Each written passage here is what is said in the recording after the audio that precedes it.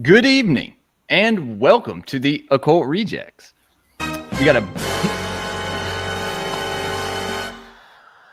a banger show for y'all tonight. But before we get started, go ahead and hit that like button, share the stream with your friends and family, and let's introduce our panelists, our rejects for the evening. We have some familiar faces here with us. Y'all all know me. I am the host of the Grateful Podcast, Tools, Mystic. Yo, Right. Jules, it sounds like your mic is fucked up now. You're breaking up. Yeah. Sorry about that. We had you do the intro and your mic fucked up. My mic? Oh, now you sound That's great. better. Now you sound fine. Yeah. Oh no. It was literally Yeah. after you played that sound too. It like changed the mic. It's because I we did started the stream and then he played the sound. If you play, I think that happens when I start the stream and I hit the. and then Ellis, I that was go you who like, played well, that? That's awesome. Yeah. So let's go ahead and introduce our other host, Eros. You want to go ahead and tell and guys, this is Eros's, and we did not plan to match our shirts. That just synchronicities. But this was her kind of idea, so I'm actually pretty excited because I know very little about what we're talking about tonight. So, Eros, do you want to kind of let people know who you are and maybe what we're going to be getting into, and then we'll introduce the rest of the rejects here. Sure. Hey, everyone. It's great to see you. Great to be on again. I'm Erosup. You can find me on YouTube at Erosup, and you can find me on Twitter at Eros2Ethos. I post a lot about metaphysics and the Enneads and astrology. And yeah, today we're going to be talking about the gateway process. So I guess that apparently, it sounds like they had kids listen to a bunch of these tapes and stuff like that. But this is just a CIA document that goes over some of the reasoning and the results of it.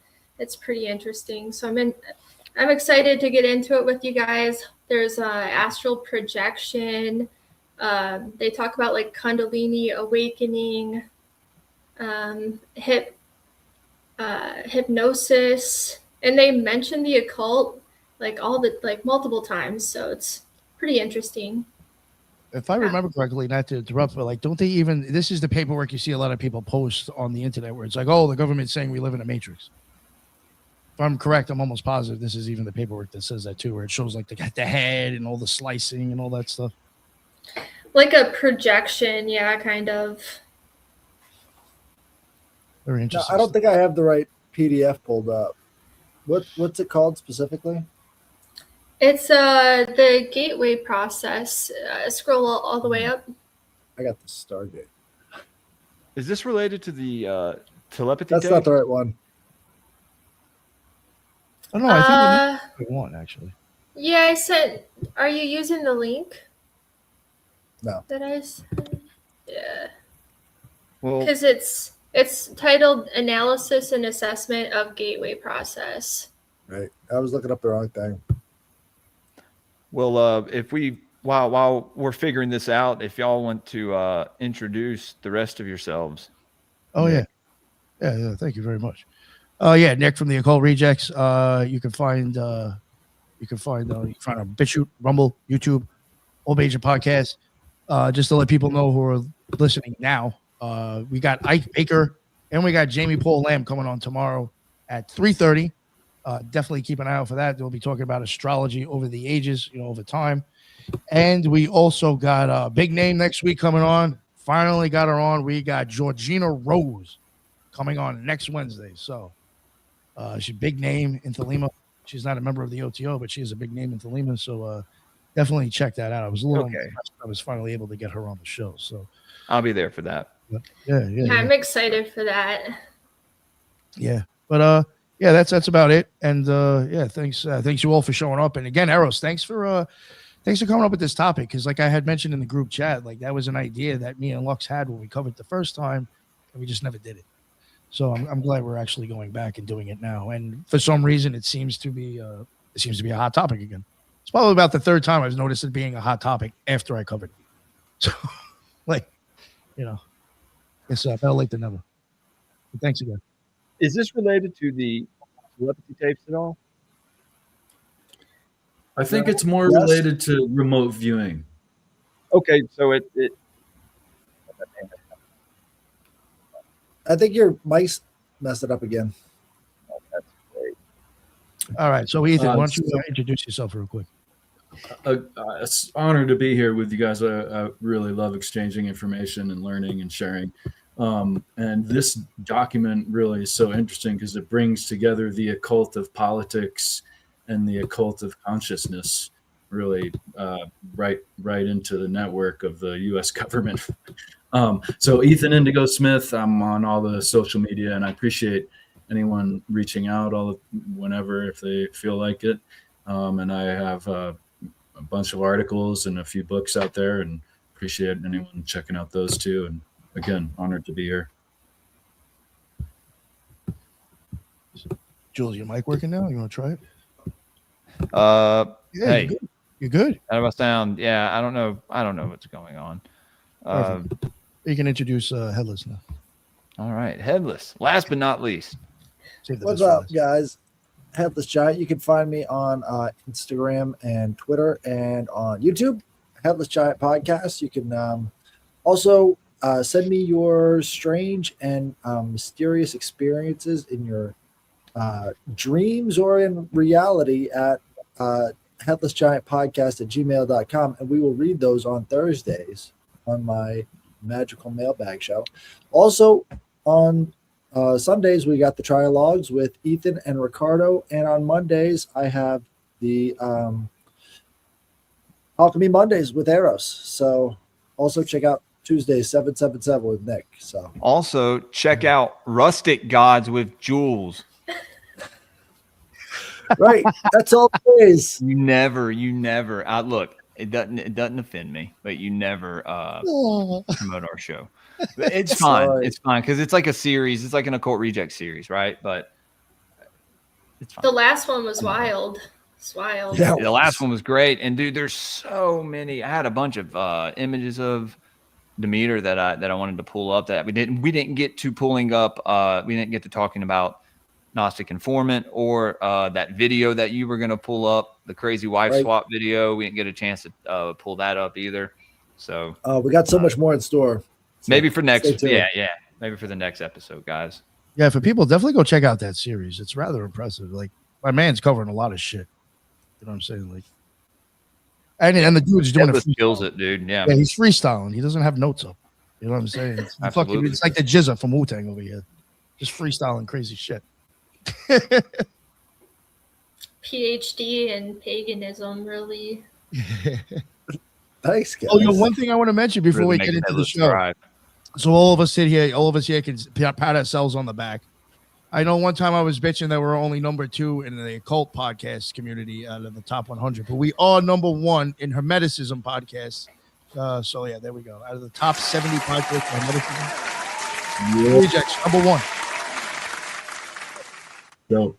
Talking about, baby. Yeah, and some of this, I'll be totally honest with you, some of the shows that we beat that were on there, I was like, oh wow.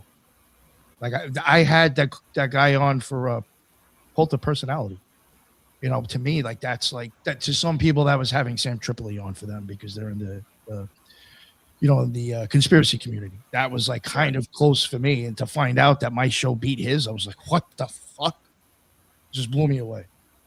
I beat Rune Soup. What? Like, wow. I can't believe that. So just want to throw that out there. Hard work pays off. Well, Nick, props to you for bringing us all to, in the Of same. course not. But it all happens because we're all here.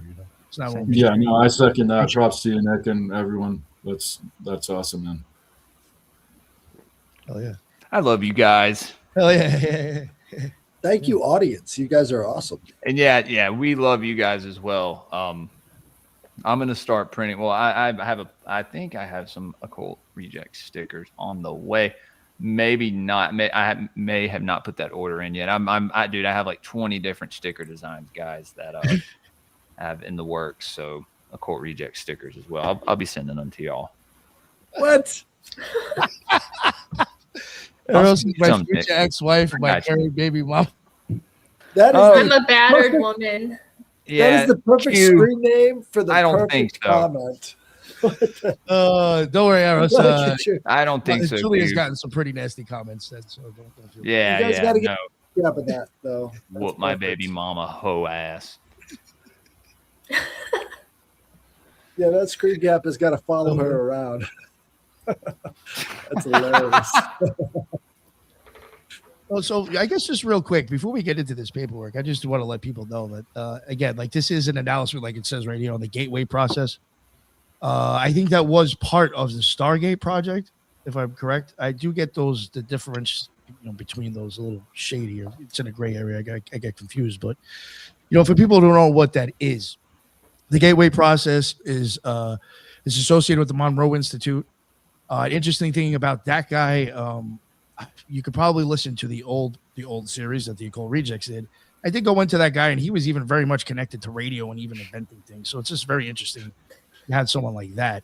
But it was like tapes and stuff where I guess back then it was probably tapes, where we have different sounds and different frequencies, and it was almost like guided meditations at certain points.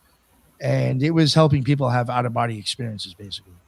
I even used some of them a long time ago, and there were certain markers that I would normally use for myself that I know that I'm about to have an experience because it's always the same thing over and over again. I found those tapes bringing me to that point a lot faster. And so, in my opinion, I do think there's probably something there. I never went too far; I only did maybe like 5 or 6 tapes, but I definitely think there's something there. And some of the shit that they talk about in these papers is pretty wild, and I think it's worth listening to. Like I mentioned before, me and Lux had covered it, and we wanted to go over the paperwork, but we didn't because we already had a bunch of shit to cover. I think it was already like 3 parts, so we weren't trying to drag it out any much longer. And Eros had mentioned it, and I was like, yes. I was like, that's something I wanted to do like 4 years ago, so let's do it, So, yeah, thank you, Eros, and that was just a little bit of, I guess, back information why we're here. So now, Eros, I think you said the first page you said we could skip pretty much, right? Yeah, I think so, because it's just like a letter, like from the person who kind of wrote it up to the government or whatever. So I say let's just like dig into the meat of it. Is there anything you wanted to say about it before we get into it? No, I just think it's really interesting. I feel like you guys probably have more background on it than I do. I just liked. If I could pop in there, the reason why I had the wrong PDF was because I was thinking this was the other end of the project, which was Operation Stargate. Yes, right? So Stargate was the one that I had pulled up. You guys were talking about this. So the gateway process was used in Project Stargate to try and bring about remote viewing, right? And so they had people from the Monroe Institute doing remote viewing work with a lot of the well-known remote viewers that like Joe McGonigal. His Mars 1 million BC remote viewing was done under Robert Monroe. So that's the link. So I had the Stargate document pulled up, which they talk about the background here real quick. I'll just read it real quick. It says in the mid 1800s, investigations into anomalous mental phenomena were initiated by very limited number of researchers working essentially independent of one another to examine this area due to evidence suggested a wide variety of anecdotal accounts of spontaneous occurrences. So one of the motivations for why they started looking into remote viewing is because of spiritualism in the 1800s and how they did that methodology. So very nice. Well, thank you for throwing that in there. But yeah, so I was Eros. I figured maybe we would all take turns reading. We thought that would probably work out the best, right? Ooh. Yeah. And I guess as we read, we could just talk about certain things. You guys know I love reading. Yeah. And I figure we kind of do it almost like the book club that you do. Yeah, the If esoteric. people don't, Gods people of the don't know- Morning Wood. yes, Gods of the Morning Wood. If people don't know what that's about, you got to check out Jules Saturday. It's for Patreon, but he does do a Nick, little sample. We're doing Occult Anatomy of Man tomorrow. I'll be here for that. I was gonna say Headless. Yeah, and Ethan, you too, man. If you're ever up and you want to join us, dude, you're always welcome. Even if these guys, I need to get in there. Yeah, man, for sure. It's definitely fun. It's a good time, and it's you. I know Eris doesn't wake up that early on Saturdays. So. I typically don't. No. Yeah, no. Good for you. Lucy knows. And guys, we got Enchanted Wiggers coming in 2026. Wolf God bitches. bless Subliminal Messenger. Enchanted Wiggers. It's coming, man. It's coming. All right. All right. We'll talk about it towards the end of the show. I have I'm gonna work on like a EP for it, like a little rap EP, like a underground rap EP, so it's good. It's not shit. Yeah. Yeah. All right, nice. I want to hear that. But yeah, just real quick, definitely check that shit out. It's on Saturday mornings. 10 o'clock your time or some shit, or my time? Yeah, well, we were doing it public and we do the first hour. So we do 2 books and we review one for the first hour. We do that public, and then we cut the X, YouTube, and we have 2 Rumble streams. The Disagree to Agree Rumble stream is the one that stays public. So we'll cut that, and then we'll go to the private Patreon stream for the second hour and a half of the show, where it's usually the more juicier, stuff that we're getting into. So, all right. Eros, you want to start it off? And then Sure. I guess we could go down this line. Then I'll go, Jules will go, Headless will go, and then Ethan can go if you want. Yeah, I'm gonna skip the introduction too, because Makes sense. yeah, it's not important. Okay, hypnosis. According to the theories of psychologist Ronald Stone and the biomedical engineering models of Itzhak Bentov, hypnosis is basically a technique which permits acquisition of direct access to the sensory motor cortex and pleasure centers and lower cerebral emotional portions and associated pleasure centers of the right side of the human brain following successful disengagement of the stimulus screening function of the left hemisphere of the brain. The left hemisphere of the brain is the self-cognitive, verbal, and linear reasoning component of the mind. It fulfills the function of screening incoming stimuli by categorizing, assessing, and assigning meaning prior to allowing passage to the right hemisphere of the mind. The right hemisphere, which functions as the non-critical, holistic, nonverbal, and pattern-oriented component of the brain, appears to accept what the left hemisphere passes to it without question. Consequently, if the left hemisphere can be distracted either through boredom or through reduction to a soporific semi-sleep state, external stimuli to include hypnotic suggestions are allowed to pass unchallenged into the right hemisphere, where they are accepted and acted upon directly. The result may involve an emotional reaction originating in the lower cerebral region, sensory/motor responses requiring involvement of the cortex, and so on. Both the sensory and the motor cortices of the right cerebral portion of the brain contain a sequence of points known as the homunculus, which corresponds to points. Oh, yeah. I can't see you guys, so I don't know how to know if you guys want to interrupt me. Yo, wait. Yeah, I was very excited that it mentions the Wait, monkey. did they really mention? Yeah, Yes, sir. I If you scroll down, believe that it's something physical in our heads. Multiple times they do actually. well, the sensory homunculus is this figure that 2026. Wraps around the course. brain, and it shows you what part of the body it affects. or some I think shit. there's a picture of it a little further Right. down. There's a little diagram of it, maybe. Right. Basically, it's like a wiring harness. This is how they view your brain. Is basically the wiring comes out in these areas from these different parts of the body, and so you've got more wires going to certain parts, and then other parts have less wires going to them. But that's how they would characterize your entire body. Is by looking at the sensory homunculus, you can see where the most nerve connections are. It's mostly in your face and eyes and all the rest of that stuff. So a that should be mind homunculus. Right. Just scroll down a little bit. You'll see the figure. Incredible. Yeah. And I know, Headless, you were talking the other day about how, like, some people, when they astral project, like, they'll use, like, a magical homunculus to, like, protect their... That's what was talked about in a book called The Magnificent World of... Who's the guy? Euclid? Is it Euclid? No, who's the guy who did the geometry with the squares on the XY axis? What was that called?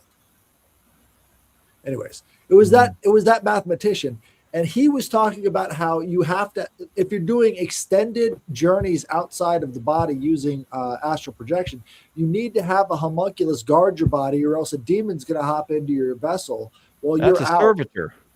Or Right. Yeah. Okay. Well, But I guess they called it a homunculus would be homunculus. just a type of servitor Right. that you could create. Was that John D. Headless? No, this was a guy related to Euclidean geometry. I forgot his name though. All right, I'll continue. So the cerebral portion of the brain contain a sequence of points known as the homunculus, which corresponds to points in the body. See Exhibit 1, next page. We already looked at that.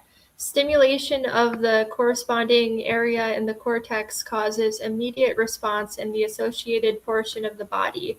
Consequently, induction of the suggestion that the left leg is numb if it reaches the right hemisphere unchallenged and is referred to the appropriate area of the sensory cortex will result in an electrical reaction being generated that will induce the feeling of numbness. Similarly, the suggestion that the person is experiencing a general feeling of happiness and well-being would be referred to the appropriate pleasure centers located in the lower cerebral portion or in the cortex of the right hemisphere, thereby inducing the suggested feeling of euphoria.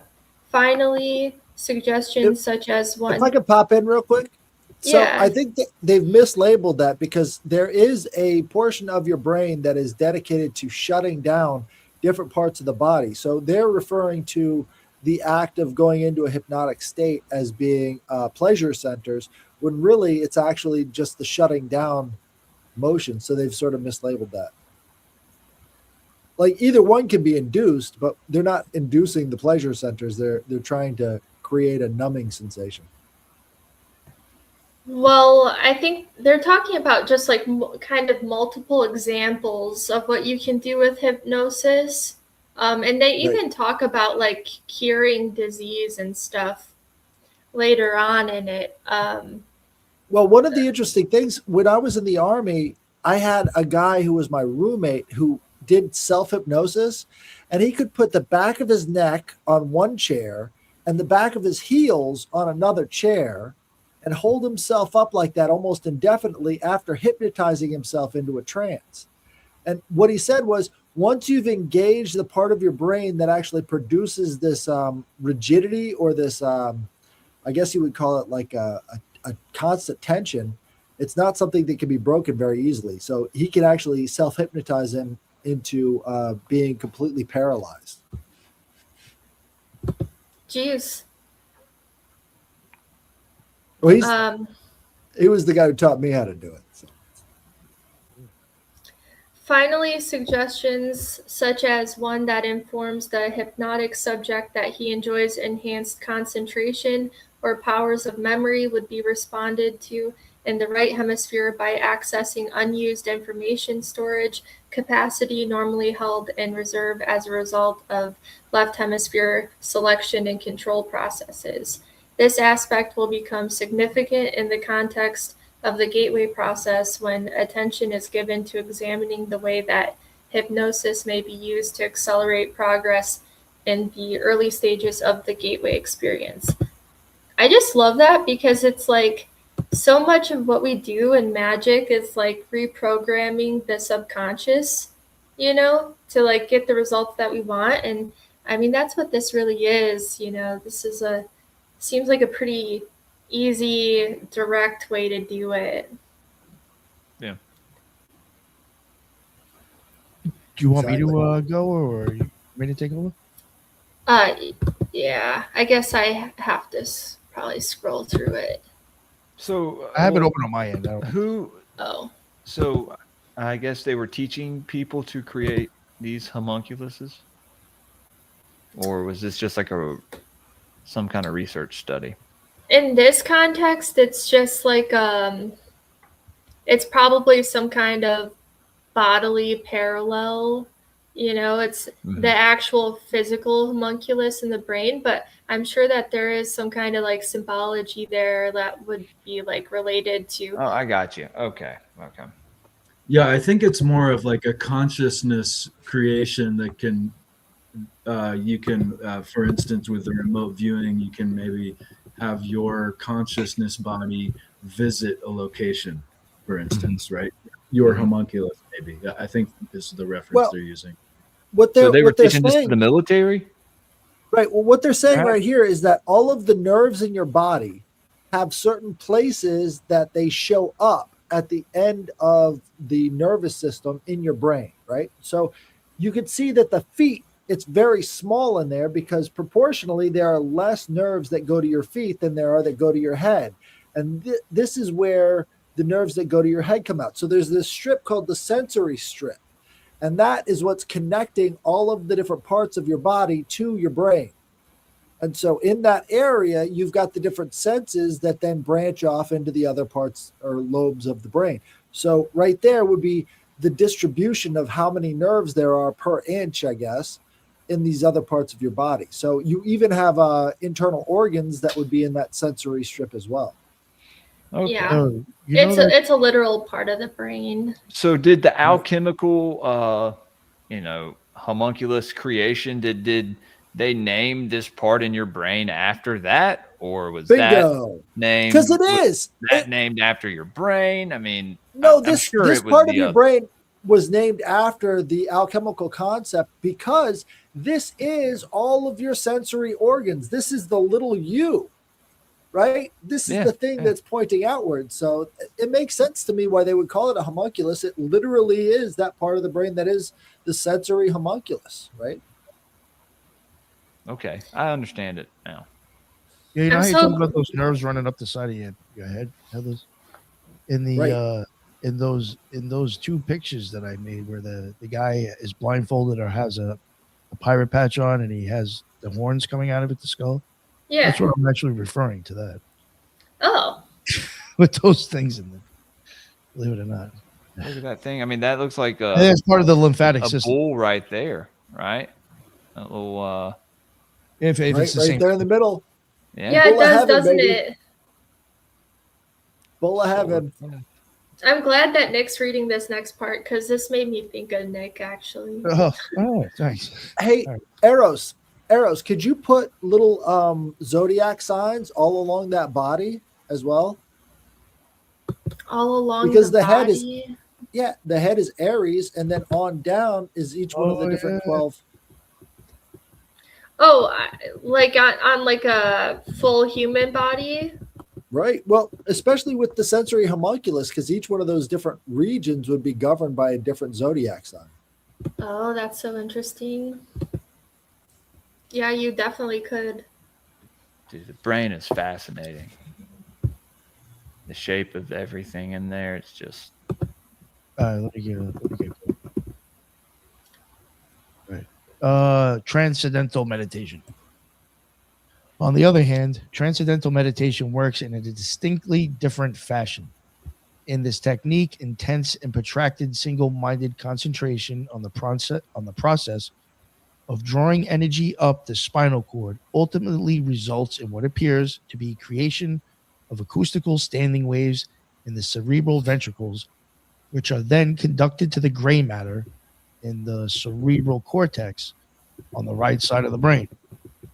As a result, according to Bentov, these waves will stimulate and eventually polarize the cortex in such a way that it will tend to conduct a signal along the homunculus, starting from the toes and on up. Oh, geez. Yeah, that's like kind of like I talk about, like when I go to blast off, it's like from my toes up, I go fucking like it just disappears. Like there's no feeling at all. Like it doesn't Bingo. exist. Like from my knees down, just gone. Like I wouldn't even feel them in bed. Like they just didn't exist. The Right. Bentov biomechanical model, as described in a book by Lee Sinella, MD, entitled Kundalini Psychosis or Transcendence, states that the standing acoustical waves are the result of the altered rhythm of the heart sounds, which are occasioned by prolonged practice of meditation, in which set up the sympathetic vibrations in the walls of the fluid-filled cavities which comprise the third and lateral ventricles of the brain. In addition, according to Bentov, the state of bliss described by those whose Kundalini symptoms have completed the full loop along the hemisphere may be explained as self-stimulation of the pleasure centers in the brain caused by the circulation of a current along the sensory cortex. Bentov also notes that most of the described symptoms start on the left side of the body, means that it is mostly a development occurring in the right hemisphere. Although normally a period of meditation involving intense concentration and practice for 5 years or some is required to bring up the Kundalini. Bentov Hold states, on, guys. Think about the Baphomet. One side is up, one side is down. Are they talking about the different hemispheres of the brain too when it comes to Baphomet? I guarantee. Yeah. I've even wondered if that was Jules might remember this in Missing Pieces, and when they're above the convenience store, I think it might be when the little guys like going up and down between the worlds, or something like intercourse between the worlds. Oh yeah, Because yeah. once you It's go the up, macro, micro, yeah. dude. Yeah. Yeah, definitely. No, that's all. Yeah. Sorry. And like the feminine and masculine, right? Yeah. Mhm. Oh yeah, the feminine and masculine, the 'Cause, light and the dark. like, masculine, feminine. Yeah. It's very yin yang too, right? Because it's got the internal, external, right and left, opposite kind of crossing. And then it's got the human animal kind of chimeric hybrid to represent, the upper and lower self, or the lower and higher self, I guess. I just had a thought. So imagine this, right? If you're looking at the two parts of the hemispheres of the brain that have the different sensory homunculus on them, it's not just this side that has all of that stuff corresponding to that part of the body. So right side would correspond to the left side of the body. So you're literally bisected. Your entire body is bisected in the middle of your brain, and then the strip for the right side is over here on the left side, and the strip for the left side is over here on the right side. So you're making a physical representation of the cross inside of your own body as your nerves are split in half. Man. So there's literally a sign of the cross inside of your brain, dude. When it Yes, relates there's the Eye of Horus inside of our brain, bro. Like it's occult anatomy to That's why I me like is one of the tentacles so much. becoming one of the most fascinating topics that I've been getting into. Absolutely. There What is, Stoked for tomorrow. please, Earls. I was gonna say, what if Baphomet is like a inverted sphinx instead of like the body of the beast and then the head of a human? It's the head of a beast and body of a human. That's Mhm. true. It is an inverted sphinx. I never No, realized that's a good point. Right. Huh. Whoa. So it's not This, so it's not like this beacon of wisdom. It's more so the opposite. Well, the sphinx is kind of an inverted I was dog thinking man. of there's a What's that, Ethan? sorry. Sorry, I'm lagging. I was thinking there's a Tai Y'all Chi are. meditation that is the grand ultimate. Sorry, not the grand ultimate. That's Tai Chi. The microcosmic orbit, which is a process very similar to how this transcendental meditation process is being described. And when this was written, not so much when it was released publicly, transcendental meditation, actually hypnosis, was very popular too. And TCM, Transcendental Meditation, Lynch was pushed that hard. one of the more popular. It was so pushed and so popular and was a real big moneymaker. Not to knock it in the sense that it isn't a valuable meditation practice, but it was very closed in the sense it wasn't free. The books and the process was very elite for the time, but it was super popular. My point being, long-winded point, is that most meditation processes that are available today will get you to where where these suggestions are leading to, right? Which is clearing the mind so that you can get out of the way and tap into the collective consciousness, to simplify. So not to knock any of that, like hypnosis, TCM, or transcendental meditation, they're still valuable, but what people are practicing now are probably as valuable. And that goes to the remote viewing development. It was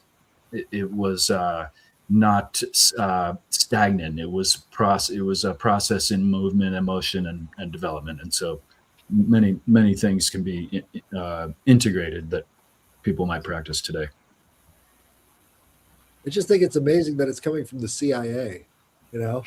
Right. Hey, they did it with the Temple of Set, dude. They dropped Right. those documents months ago. Oh, and, speaking of which, we guys, talked about that last night. I got all of Michael Aquino's books, so I'm going to be a subject matter expert on everything Michael Aquino by the time I'm finished with them all. Nice. Even more than the Cool. set. Where did you that? get those, Headless? I bought them off Amazon. I just thought, Cool. somebody's got to do it. Nobody reads Michael Aquino. This is what Nick motivated me to do. He's got a ton of books that nobody has ever read, and they just talk about him all day long. So I'm just like, all right, well, I got to learn everything I need to about the guy so that I can't say that I'm one of those people. I like that, man. No, but you know what? You'll probably have plenty of actual shit out of his own words to even fucking use anyway. You know what I'm saying? Exactly. You don't even have to make up drastic fucking clickbait shit. Exactly. Yeah. Yes, sir. Or it might actually be like, this is maybe more like, you might actually really find out the roots. It's really about. All of this stuff is about finding out the roots, because once you can find out the roots, you can find out where all this other stuff comes from. So once you know the roots, that's when you can start plugging all the information in. Absolutely. Very well said, sir. I like that. All right. Let me go. Oh, fuck. I lost my spot again. I know, yeah. I see it. Bentov states that exposure to mechanical or acoustical vibrations in the range of 4 to 7 hertz cycles per second or protracted periods may achieve the same effect. Bentov cites as an example repeated riding in a car whose suspension and seat combination produce that range of vibrations, or being exposed for long periods of time to these frequencies caused, for instance, by an air conditioning duct. I guess that can happen too. Wow. He also notes that the cumulative effect of these vibrations may be able to trigger a spontaneous physio-kundalini sequence in susceptible people who have a particular sensitive nervous system.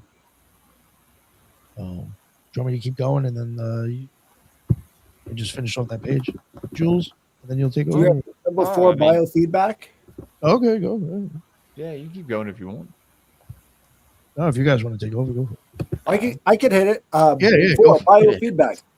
The third consciousness altering methodology, which we will be briefly describing, is biofeedback. Biofeedback is somewhat unique in that it actually employs self-cognitive powers of left hemisphere to gain access gain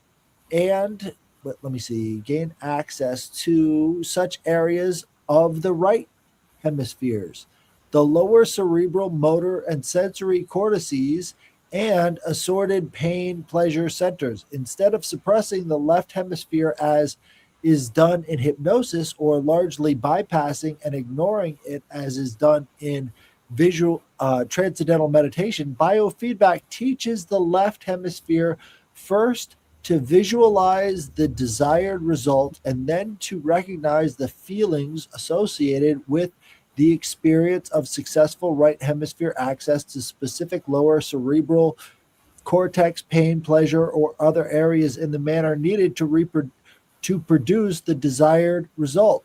Special self monitoring devices such as the digital thermometer are used to inform the left brain when it succeeds in keying the right hemisphere into accessing the appropriate area. What do you think those wearables on your wrists are doing? On this is once this is done, the left brain can then repeatedly instruct the right brain to reestablish the pathways involved so as to produce the same external objective measures of success. In this way, the pathways are strengthened and emphasized to such an extent that the left brain consciousness is enabled to access appropriate areas of the right brain using a conscious demand mode. For example, if the subject wishes to increase the circulation in the left leg in order to speed up healing, they may concentrate with his left brain on achieving that result while carefully monitoring a digital thermometer connected to the left leg. When the concentrated effort begins to achieve success, the digital thermometer will register an increase in the temperature of the left leg. At that point, the subject can mentally left brain associate the sensation experienced with the result achieved and can begin to emphasize by memory, recall the same process to cause its strengthening. By enhanced malignant tumors can apparently be suppressed and ultimately destroyed.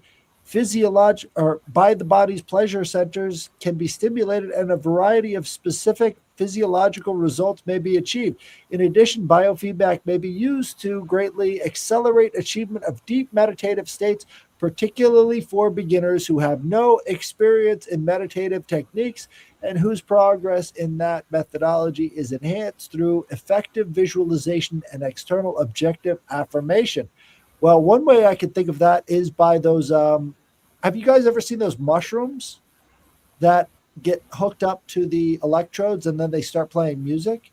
Well, Yes. this kind of thing is done with biofeedback and meditation so that they hook up the EEG to your head, and the more in tune your thoughts become, the more positive biofeedback in your ear holes you get. Right? So it's a feedback loop.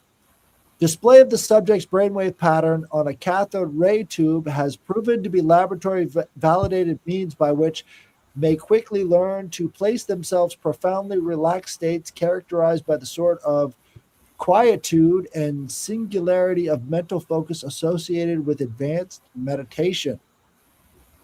Number 5, gateway and hemisync. Do you want to take that, Ethan? Let's see. Are we at 5? Yep. Ready. I was going to say that the summation of a lot of this is to get rid of our own consciousness, which is in the way. A little anecdote, which I think is inspirational, of the Buddha. Someone asks him, "What did you gain from meditation? You're teaching this meditation, and what have you gained from it?" And he said, "I've gained nothing, but I've lost the fear of death, the anxiety of life and old age and this and that." And so he shed all of these problematic anxiety issues rather than, gaining something or pursuing gaining something. And that way he was able to open up his mind. Okay, so. Yeah, and you even shed the body, and they talk about time travel in this even. Right. On the note of biofeedback, though, I mean, the wearables are definitely in line with all of this biofeedback. I just, everybody's putting these things on. They don't realize that it's a two-way street. They can influence you just as easily with electromagnetic fields as you could be influencing them with your data. So all they have to do is introduce a little bit of stimulus, and then they've got you on the hook, sort of like a roach on a string. It's interesting too. A lot of this document as a whole really knocks materialism, like that we're so locked into as a science approach. This really, I think, it gets at a lot of the technical aspects of this Max Planck quote, which I've noticed the remote viewers refer to a lot. I'll share before I read. Sorry. I regard consciousness as fundamental. I regard matter as derivative from consciousness.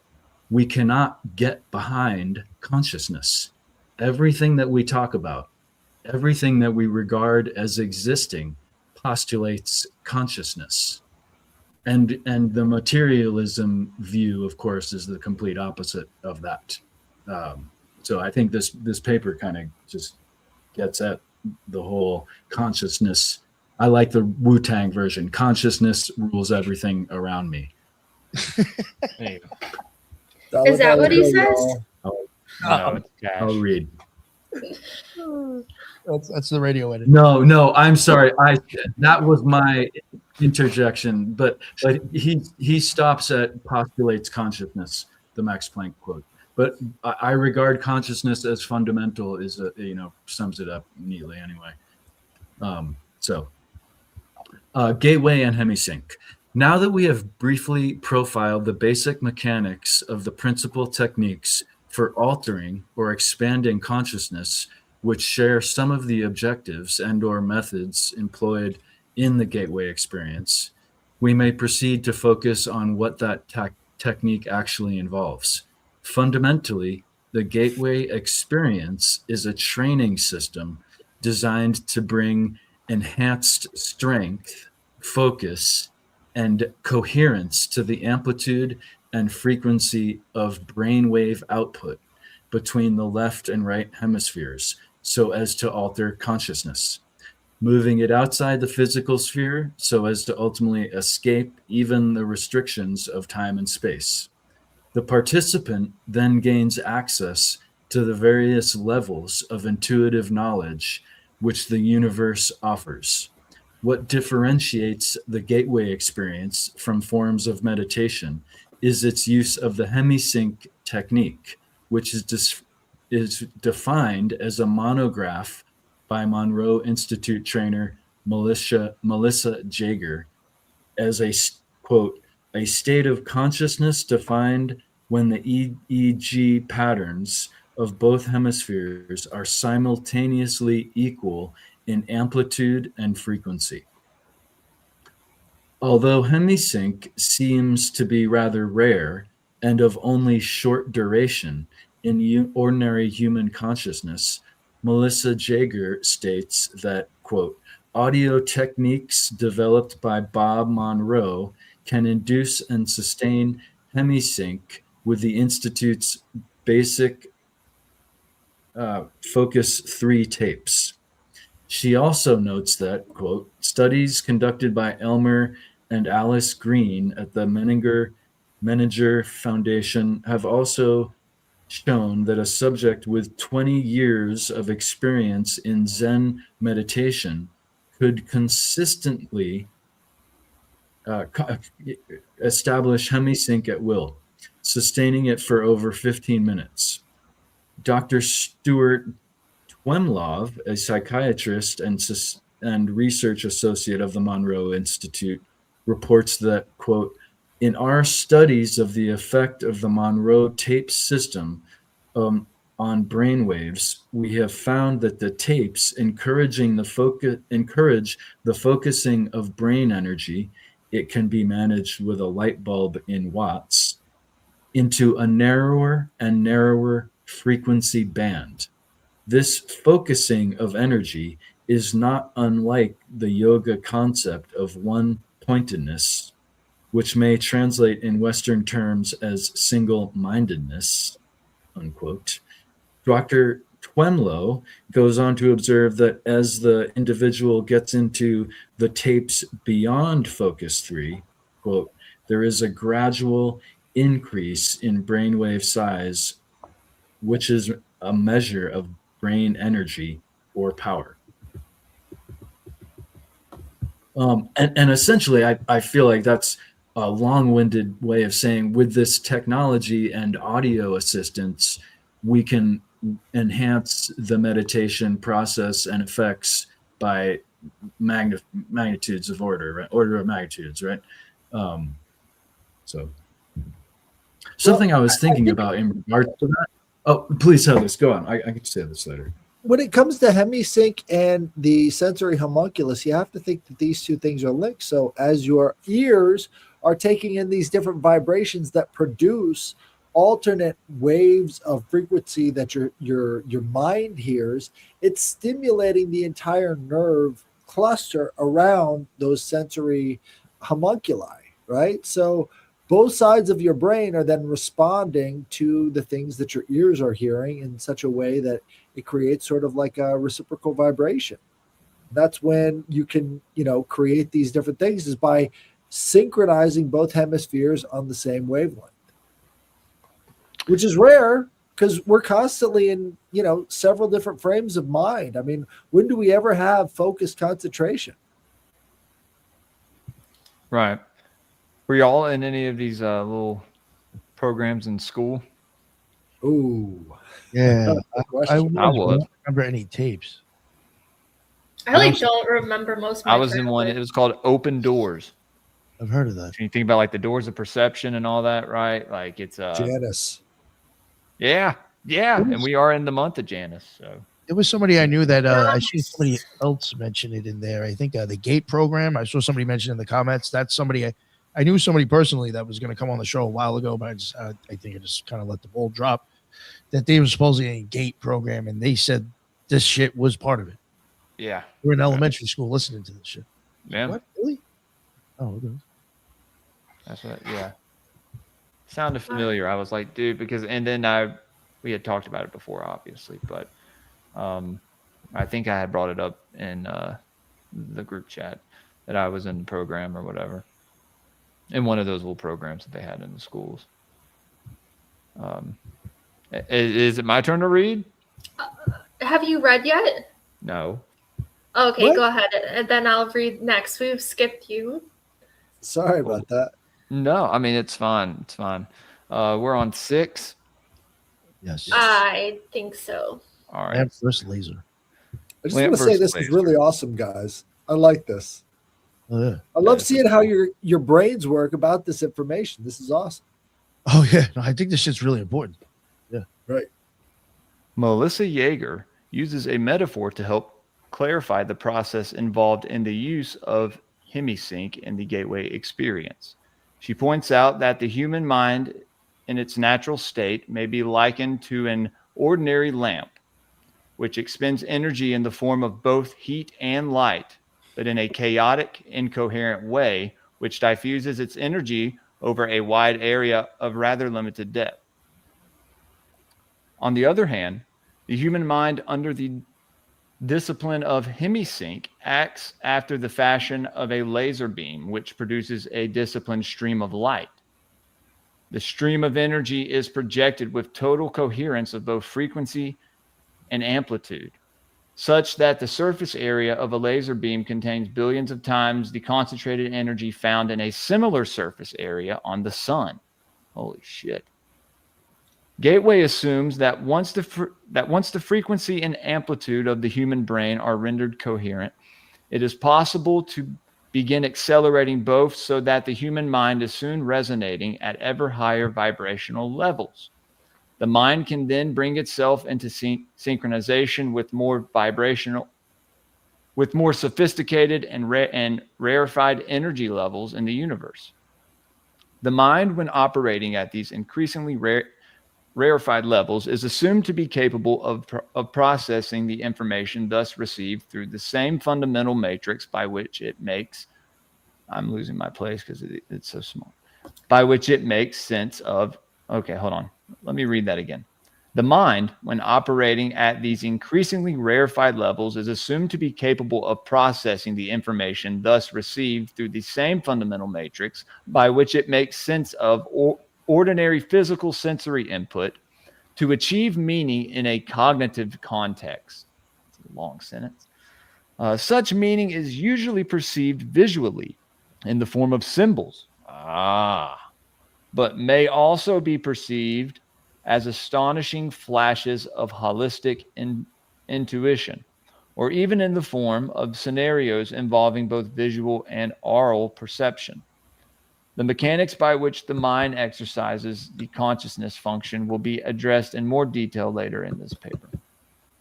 We got to get it on record. We got to get Kurt That's on the crazy. Occult Rejects. That would be fucking amazing. Yeah, look at this way. It's Who? Kurt Metzger. Derp with Kerp. The You comedian? don't listen to that? Yeah, he's great. He's got his own Yeah, he's great. conspiracy podcast now. Yeah. I'd seen that. All right. Oh wait, I'm muted. Wait, No, No, you're you're fine. you guys, We hear you. yeah. Yeah. you guys can hear me right now. Yep. Yes. I should be muted, but okay. Yeah, the whole time You're you were never talking, muted. we heard you. All right, section 7, frequency following response. To achieve synchronization of brain hemispheres, the hemisync technique takes advantage of a phenomenon known as the frequency following response, which means that if a subject hears a sound produced at a frequency which emulates one of those associated with the operation of the human brain, the brain will try to mimic the same frequency pattern by adjusting its brainwave output. Therefore, if the subject is in a fully awake state but hears sound frequencies which approximates brainwave output at the theta level, the subject's brain will endeavor to alter its brainwave pattern from normal beta to the theta level. Since the theta level is associated with sleep, the subject concerned may progress from a fully awake to a sleep state, provided that he does not consciously resist. As the brain strives to entrain its wave frequency output with the one which the person hears, since these brain wave frequencies are outside the spectrum of sounds which can be heard in pure form by the human ear, hemisync must produce them based on another phenomenon known as the brain's capacity for deducing beat frequencies.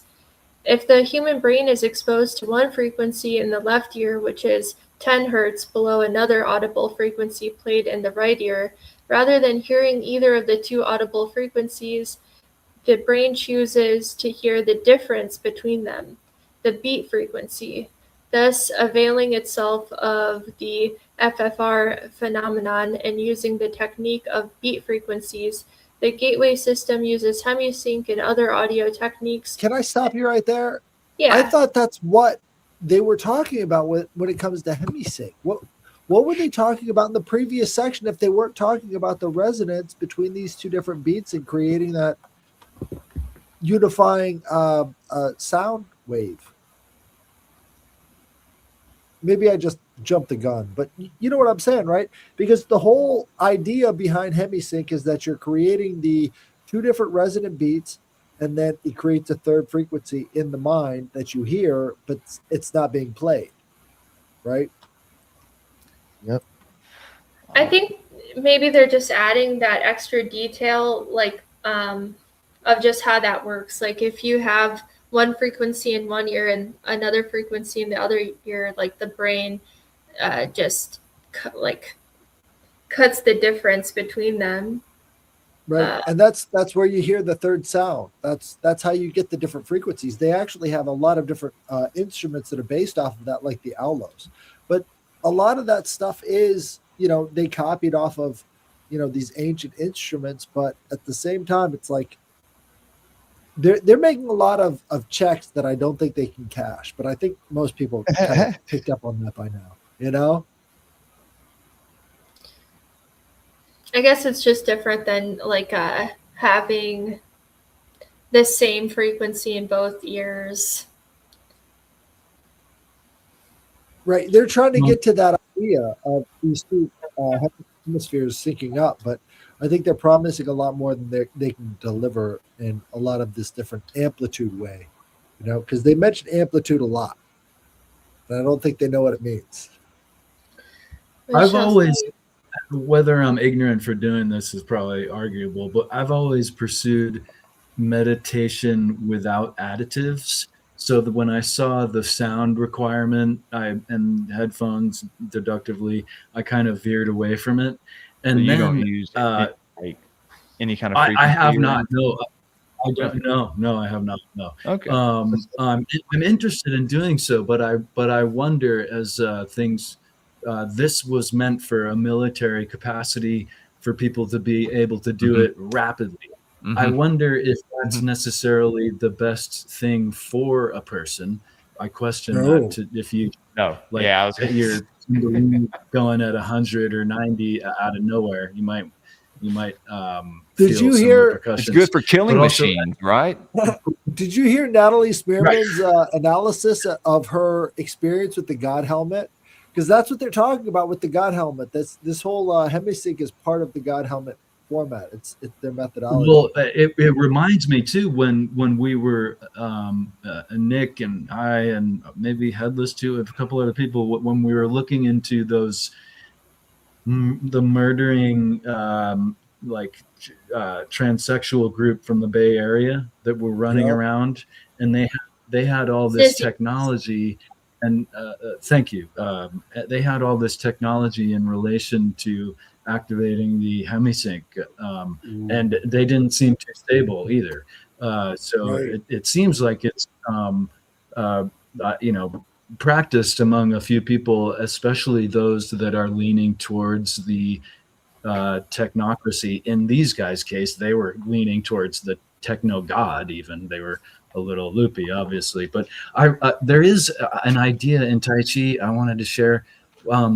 We always hear about how we only use 8% of our brain, right? Right. Well, in reflection to meditation, we also, I would argue, only use 8% of our body potential. And that doesn't mean we need to go to the gym, but just this mind body connection that is reflected in this document is something that we are inhibited to use as much. And I would say if we could increase the percentage of that, we'll really tap in, so to speak. So I have a question. Are we on the verge of a sci-tech revolution where there will be technology that can amp up psi abilities long enough to maybe make a big bank robbery or, I don't know, hack somebody's account, take all of their Mhm. crypto? Are we on a sci-tech revolution tip? That could be a whole different thing that's happening here. I mean, that's what they're talking about. It's like all these things can be induced. So what are you trying to induce? Is there a power that's deployed with this? I mean, That's an what are we talking interesting about? question. It makes me think too, like if that does tend to be a big problem, what would the solution be? Microchip. Maybe. Right. Yeah. Well, and two, they would be able to. I mean, I know with Neuralink, I remember when that came out and reading like that 80-page document, you would be able to share bodily sensations with other people and memories and things that you've seen and stuff like that. So, I mean, you could probably like induce like a Kundalini state or like any of these kinds of states just mechanically through that. I also wanted to say that no, I don't remember what else I was going to say. Never mind. I feel you. But yeah, maybe it'll come back to me. It will. Oh no, okay, yeah, I do remember. I feel like with the Zizians, like I can see people going crazy, like if they are like using certain effects to like bypass the left side of the brain and they're just going straight into the subconscious and programming things. I mean, Mhm. if you're not careful about what you're programming into there, you could probably mess your brain up. I totally agree. I think if you look at like even when we covered what they were even like into with the brain shit, and then just look at the stuff they got caught with and some of the drugs that these people were taking. Like, what do you expect? You're gonna have a crazy motherfucker at some point. Well, and two, it's like, I mean, that's where so many chthonics themes come out, where like if your subconscious patterns are like corrupted or confused, or there's a gap there, like that's where our fears and like confusing like imagery can come about, like nightmares and all sorts of those fearful kind of things, scary experiences sometimes, I think. Even like hallucinations and stuff. Yeah, How can and it, even without these like mechanical enhancements, if you will, there's warnings that come with definitely qigong. And I don't know about yoga so much, and definitely not so much tai chi, but there's warnings that you can get chi madness essentially, right? Just from meditating in the kind of wrong course, if you will. Hmm. Interesting. I keep coming back to the idea that now this stuff is public. So what happened after they made Chat GPT public, right? What happened after they made all of this military technology that created AI public? What did they do? Well, then they started an AI arms race, right? Now this stuff has been public for a while now, a couple of decades. You don't think that there hasn't been a AI arms race going on behind the scenes when it comes to studies like this? Oh, yeah. Like what are we actually looking at? This is like 40 years behind the times, and we're talking about a lot of compounding technology and techniques. How many different new propaganda techniques have been developed on the internet? Do you guys remember when ASMR was not a thing? Just didn't exist. Yeah. Right? This is a whole different way that they have of approaching your brain and getting it to think certain thoughts. I think there's a psi arms race, and stuff like this is reflective of what's actually going on maybe 40 years ago. There's people that walk around today that if they heard Hemi sing, they do some woo shit. Not even believe Right. it's real. And we're not even in the meat of it, because at some point they're talking about leaving your body, talking to other like intelligences, and basically crossing the abyss. Even it's kind of crazy. Okay. So let's see, where was I? Thus availing itself of the FFR phenomenon and using the technique of beat frequencies, the gateway system uses hemisync and other audio techniques, employing the FFR phenomenon to introduce a variety of frequencies which are played at a virtually subliminal, marginally audible level. The objective is to relax the left hemisphere of the brain, place the physical body in a virtual sleep state, and bring the left and right hemispheres into coherence under conditions designed to promote the production of ever higher amplitude and frequency of brainwave output. Audible and perhaps subliminal suggestions by Bob Monroe accompany the various brainwave frequencies, which are sometimes rolled in together with other sounds, such as sea surf, to mask the sound frequencies where desirable. In this way, Gateway endeavors to provide the subject with the tools by which he may alter his consciousness based on his own volition over time through the repetitive use of the tapes, so as to access through intuitive means new categories of information not available to ordinary consciousness. All right, I'll take over now, right? Yes. Role of resonance. However, brain coherence through entrainment to beat frequencies introduced via stereo headphones is only part of the reason why the gateway system works.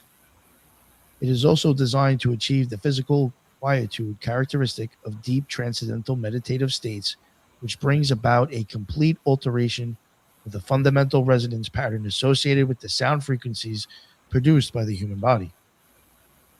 Yoga, Zen, or transcendental meditation, if practiced long enough, will produce a change in the sound frequency with which the human heart resonates through the entire body.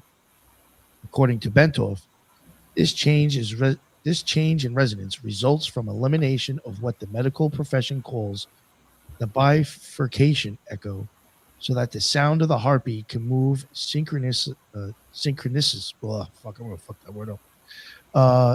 up and down the circulatory system in harmonious resonance approximately 7 times a second. Bentoff describes the role played by the bifurcation echo as follows. When the left ventricle of the heart ejects blood, the aorta, being elastic, balloons out just beyond the valve and causes a pressure pulse to travel down along the aorta. When the pressure pulse reaches the bifurcation in the lower abdomen, which is where the aorta forks in two to go into the legs, part of the pressure pulse rebounds and starts traveling up the aorta.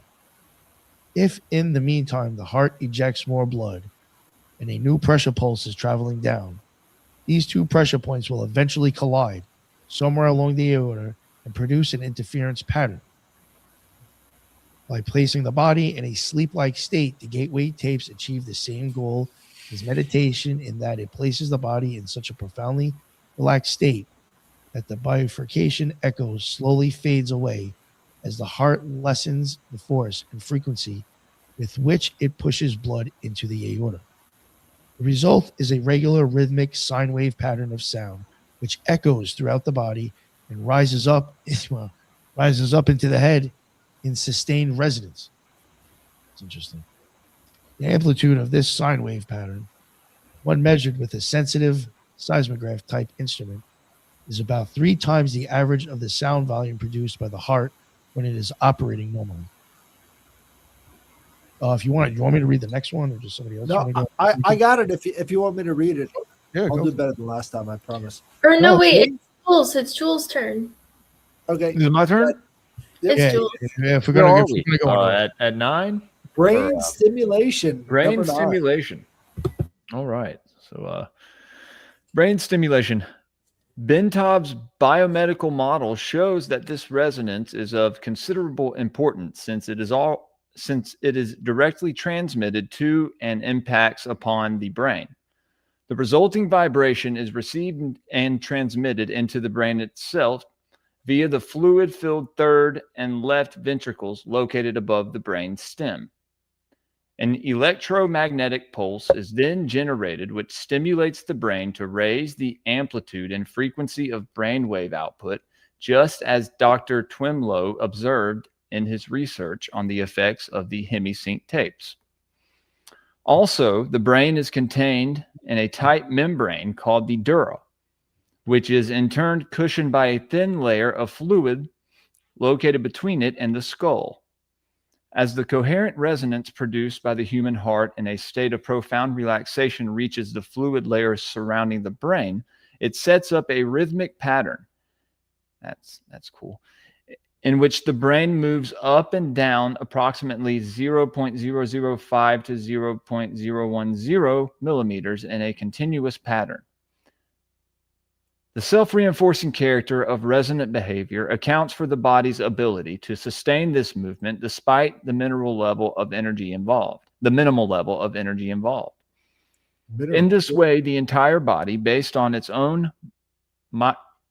micromotion, functions as a tuned vibrational system which transfers energy in a range of between 6.8 and 7.5 hertz into the Earth's ionosphere cavity, which itself resonates at about 7 to 7.5 hertz. Of this process, Bentov states, this is occurring at a very long wavelength of about 40,000 kilometers, or just about is that kilometers? Please tell me it is. Yeah. Or is there another measurement for it? Okay. km, kilometers. Okay. All right. I didn't know if there was another. Who knows? measurement. Sorry. Wanted to make sure I got everything right. Okay. Pronounce it like a Russian. I can't do a Russian accent. Or just about the perimeter of the planet.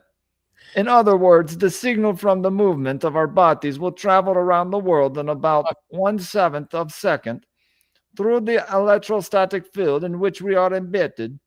Such a long wavelength knows no obstacles, and its strength does not attenuate. I can't say that with Russian. Attenuate much over long distance. Okay, I can't do it anymore, guys. Naturally, it will go through just about anything. Metal, concrete, water, and the fields making up our bodies. It is the ideal medium for conveying a telepathic signal. So we can send a signal out, and that'll travel around the world in about 1/7 of a second. That's pretty fucking cool. And we don't know stuff like this, like this isn't. Well, so the resonant frequency, again, it's like billiard balls. So you're not talking about having that much amplitude. Right. Is right, but it's a very small amount of output. Right. Over time, that is a huge thing, especially when you're talking about cosmic radiation. So this is why I give credence. Can you build that output? Yes. Yes. Okay. Through resonant frequencies. That's what they're talking about throughout this thing. You can create these. They also increase the decibel. Like I forget what they hook up to people, but they will actually increase your decibel output. It's just feedback loops. I'm going to finish this.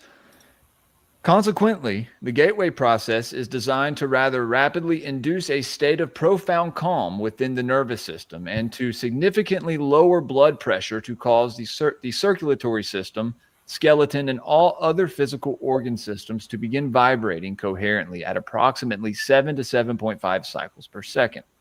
The resulting resonance sets up a regular, repetitive sound wave which propagates in consonance with the electrostatic field of the Earth.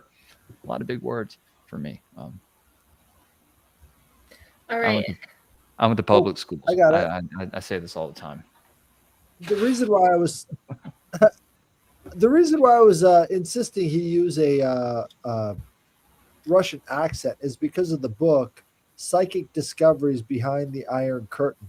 So this was actually the start of the remote viewing movement, was Psychic Discoveries Behind the Iron Curtain. So the CIA read that book, which was based off of a lot of, I guess you would say secret agents that couldn't get their stuff up to the top brass. So they published a book about all of the things that Russians were doing with psychic research in English, and then that program created a psychics arms race in America to produce the remote viewers that you know of today, including Joe McGonigal.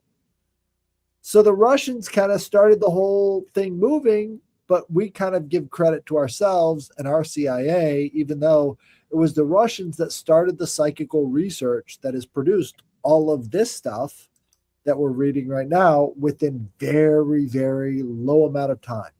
We got basically cut off of the psychic research in 1995. That was it. There hasn't been anything else in the psychic research space except for one thing, which is the autistic kids. It's the only scientific research that they've published about psychical research since 1995, which is strange, if you ask me. It's really interesting. And actually, Bentov, I was going to say he was Czech, and he had a really successful business on top of his interest in consciousness. His business now is $1 billion medical industry business, and rabbit hole of his existence and life, he died in a plane crash. So, and just one of those, like, a lot of them do, man. Yeah. Surprise. All right, number 10, energy entrainment. as the body is turning into a coherent oscillator, vibrating in harmony with the surrounding electrostatic medium, the specific exercises included in the gateway tapes enjoy the participant to build up the energy field surrounding his body, presumably by using energy from the Earth's field, which the body is now entraining because of its ability to resonate with it. This puts the body's energy field into homogeneity with the surrounding environment and promotes movement of the seat of consciousness into the surrounding environment, partly in response to the fact that the two electromagnetic medians are now a single energy continuum. Have you guys noticed how they've got a dearth of vocabulary when it comes to the idea of these auras? They don't really have the vocabulary to talk about what they're seeing. Thus, the same process which moves the brain into focused coherence steadily higher levels of frequency and amplitude so as to entrain analogous frequencies in the universe for data collection also promotes enhancement of bodily energy levels to a point adequate to permit the subject to experience an out-of-body movement, which he is ready to do so. More will be said about this topic later. In addition, this is the big sales pitch that Monroe was making to the CIA, is that he can get people out of body and using their entire sensory frequency to start looking at stuff. Anyways, in addition, by resonating with the Earth's electromagnetic sphere, the human body creates a surprisingly powerful carrier wave to assist the mind in communication activity with other human minds similarly tuned. So, just one more point. Robert Monroe said that I can pull all of your senses out of your body into this field that has a silver cord going back to your physical body. That's his sales pitch to all of these remote viewers, is that now you can have full body sensory analysis. That did not work out every single time. I don't want nobody touching my silver cord, dude. Well, again, like the remote viewers would see things, but they wouldn't be out of body and thinking of themselves into a different carrier as they're seeing it, right? So when me and Nick did the whole remote viewing episode, neither one of us was thinking about projecting our spirit bodies to see something. We were just seeing it. That's a difference between what Monroe's offering and the sort of pictorial reference material that remote viewing was offering at the time, right? Which is, it's like flipping through photos. We're not talking about being outside of the body and keeping track of all of those other senses. It's just looking through photos. That's what remote viewing is versus Bob Monroe's version, which is out-of-body experiences. Still a perception issue. It's really interesting. The remote viewing, where it comes from, I think they even still kind of debate on where it comes from, which way it works. And sometimes for some people it works different manners. They do, I've noticed a lot of times, describe it as a martial art and a physical aptitude, a physical thing. Bingo. And one of the things they talk about in suggestion, I think this works for intuition in general too.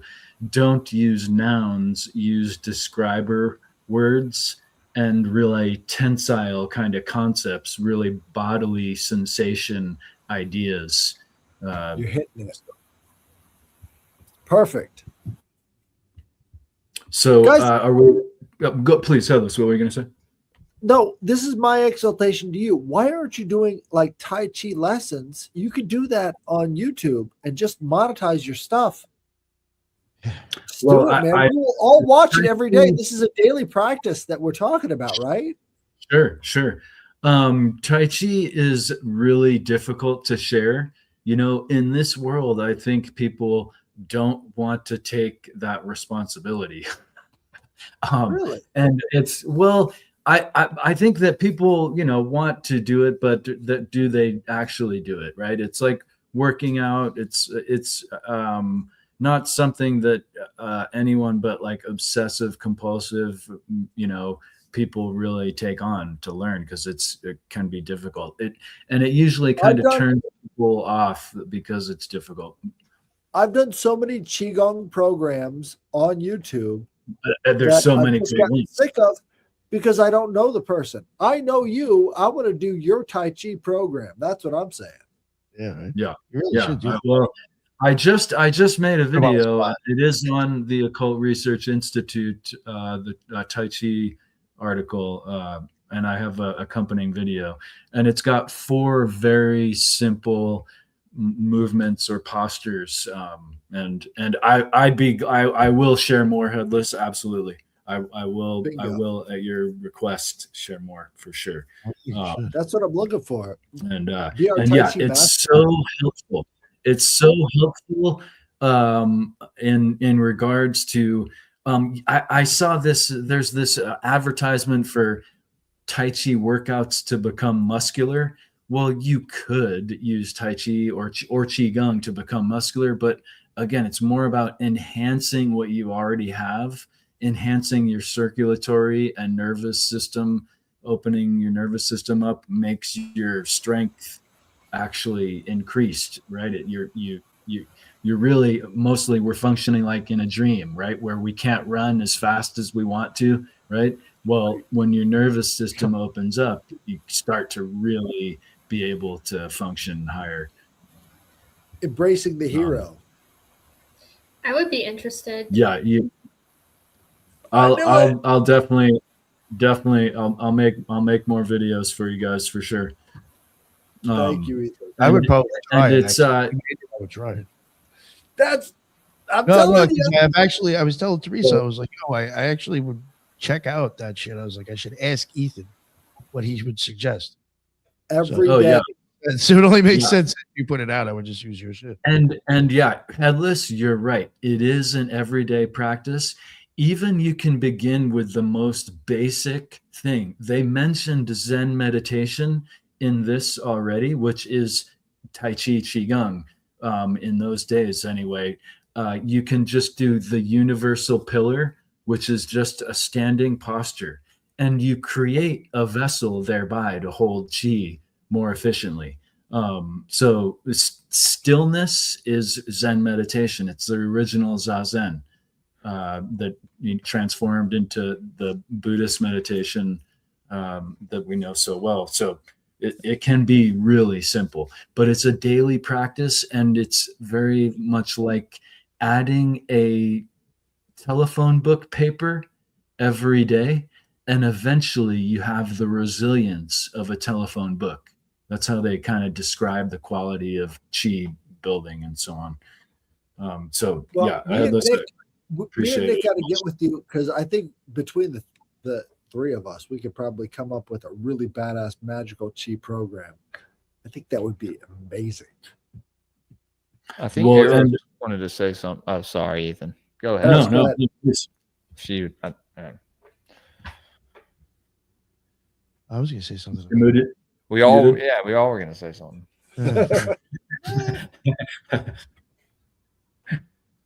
All right. So, where were you? Okay, so should I continue reading? Eros, continue. I don't know if Eros wanted to say what she wanted to say, but I guess. Oh no, I didn't have anything to say. Sorry. Oh, I thought. I'm just fidgety. I'm a fidgety person. Yeah, me too. Well, I'm now inspired by your inspiration to learn Tai Chi. I always feed off of that inspiration, and to that, I was thinking. People think meditation takes time, learning takes time, Tai Chi takes time. Meditation makes time. You are more efficient throughout the day and get things done in a higher efficient manner when you meditate, right? So you actually make time when you meditate. Just to give people some inspiration that I'm feeling now. Okay, so consciousness and energy. I'll try not to stumble as much. I wanted to say something real Please. quick. Oh, yeah. Jules, too. He likes my shirt, not your shirt. Yeah, I know. Oh, slam dunk. Yo, you know what I wanted to ask you, Ethan? Because I think you mentioned some kind of like pillar meditation. Did you ever Yeah. hear of Israel Regardie's middle pillar? Have you ever tried that meditation? Wait, say that again. You broke up on my end. I think it's Israel Regardie who came up with it. No, middle no, I'm pillar. not familiar. Yeah, you should check that out. It's a meditation. It's pretty. That's what I was saying. I loved it. It's Yeah, a I think- middle pillar meditation, he calls it. Yeah. It's called the middle pillar. Yeah, Cool. and it uses like 5 out of the 7 chakras too as you go down. What Yeah, are you but it's guys like doing tomorrow? It's everything. Because I think between the three of us, we can come up with something really cool when it comes to like body formations and qigong and tai chi energy. I just think it would be it's necessary. We all think about that. We're lacking a body consciousness. Like, it's kind of embarrassing to say, but we don't have body consciousness. We're all up in our heads, You're right. Yeah. I've even wondered if that's even part of like doing rituals. Is just the whole movement, body and stuff too as well. It is. It's You start doing all these incorporation. poses and shit, and it's like there's got to be multiple reasons you do it. And actually, there was a Exactly. whole series of experiments that the U.S. government did, and probably the Soviets too, in regards to the physicality of remote viewing. And they were trying to figure out where it came from, and they went about bringing people into mines, into caves, into what are those rooms where no electromagnetic frequency can get in, skiffs, all these different places that blocked off all these different energies. The last one that they were trying to figure out was ELF, which was a real big concept during this time period too. Ultra low frequency, is it something low frequency? And they had to go in a submarine to cancel out the ELF. And so they actually, I think it was left undetermined through all these tests on the physicality of the vibration. They still couldn't track it. Sounds like they're describing a magical ritual. Well, yeah, and they were there. It was intertwined, right? I mean, all of this stuff is intertwined, and there's that missing page of this series that came out many years later that kind of weaves it all together. I find later. Nice. Okay, Yeah, so I'm babbling. You're the magician, number 11. So consciousness and energy. Before our explanation can proceed any further, it is essential to define the mechanism by which the human mind exercises the function known as consciousness, and to describe the way in which that consciousness operates to deduce meaning from the stimuli which it receives. To do this, excuse me, we will first consider the fundamental character of the material world in which we have our physical existence in order to accurately perceive the raw stuff with which our consciousness must work. The first point which needs to be made is that the two terms, matter and energy, tend to be misleading if taken to indicate two distinctly different states of existence in the physical world that we know it. Indeed, if the term matter is taken to mean solid substance as opposed to energy, which is understood to mean a force of some sort, then the use of the former is entirely misleading. Science now knows that both the electrons which spin in the energy field located around the nucleus of the atom and the nucleus itself are made up of nothing more than oscillating energy grids. Solid matter, in the strict construction of the term, simply does not exist. Rather, atomic structure is composed of oscillating energy grids, that is a wild concept, excuse my interjection, surrounded by other oscillating energy grids, which orbit at extraordinarily high speeds.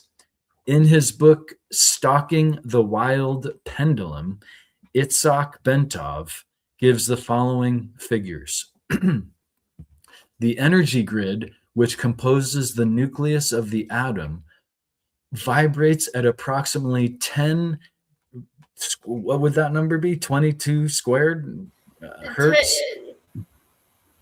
How would you say that? 1022 squared? 10 to the 22nd. Oh, thank you. 10 to the 22nd power hertz, which means 10 followed by 22 zeros. At 70 degrees Fahrenheit, an atom oscillates at the rate of 10 to the 15th hertz. An entire molecule composed of a number of atoms bound together in a single energy field vibrates in a range of 10 to the 9th hertz. A live human cell vibrates at approximately 10 to the 3rd hertz. The point to be made is that the entire human being, brain, consciousness, and all, is like the universe which surrounds him, nothing more or less than an extraordinarily complex system of energy fields. The so-called states of matter are actually variances in the state of energy, and human consciousness is a function of the interaction of energy in two opposite states, motion versus rest, or we could say the two pillars, if you get esoteric, in a manner described in the following paragraph. I mean, that brings together so many esoteric ideas. Did he just say that the two fundamental primary polarities are tension and release? Because I say that all the time. Yeah, you have. And that's a very Tai Chi idea too. The yin and yang represents that. The four humors almost have that too, right? Right. And I would say that relaxation and tension, or as you put it, release and what? Tension and release. So it's potential and kinetic energy. Yeah. You can. That's actually a Tai Chi exercise. Is just stimulating tension and relaxation, going from these extremes, not how much force am I placing against my finger? Do you know how much focus and force I'm actually placing against my finger? Can anybody actually measure the conscious energy that is placed in one single centimeter? This is the fundamental issue when it comes to meditation, is what are thoughts made of? Can you concentrate thoughts?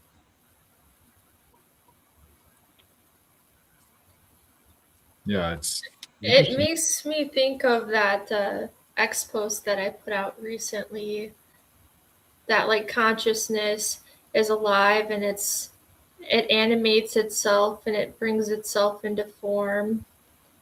But yeah, I mean, thought on its own without a brain, I don't know. Seems like you need a brain. What are spirits? Well, we do need a brain, and we also at the same time require it. We need to shed a lot of its compound interest, right? Like generally, we're kind of wired to think about really survival-based negative stuff, even, right? So just rewiring things to think about, higher ideas, which. It's just crazy to read the military writing in with all this esoteric stuff. Right. Get used military to it, man. concepts. Oh, sorry, Headless. I was going to say military concepts on states of consciousness is a really interesting concept, especially for me, who has been through basic training. So I understand how the military thinks about the recruits, right? They think of you in a certain way. They don't necessarily know what you're thinking back at them. What this is, it seems like they're looking at ways of trying to figure that out because they really don't understand what you're thinking back at them. And so they're trying to get in touch with that. And they really don't have the vocabulary to express it because they've kind of been shutting it down all these years. You're not allowed to say these things. Well, they So also, sorry. No, go ahead. Well, they're also building up to this part in the document where they talk about how when you leave the body, you're just like an intelligence.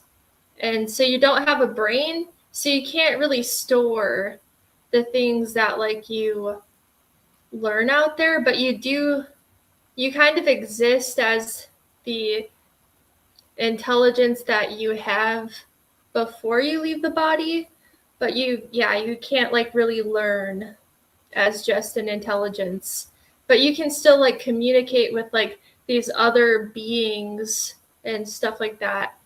Basically, it's a lot like kind of Neoplatonic ideas of like these higher beings that they don't have bodies, and so they don't have like they're more mechanical. They don't have Do you know about the Kapaletha? no.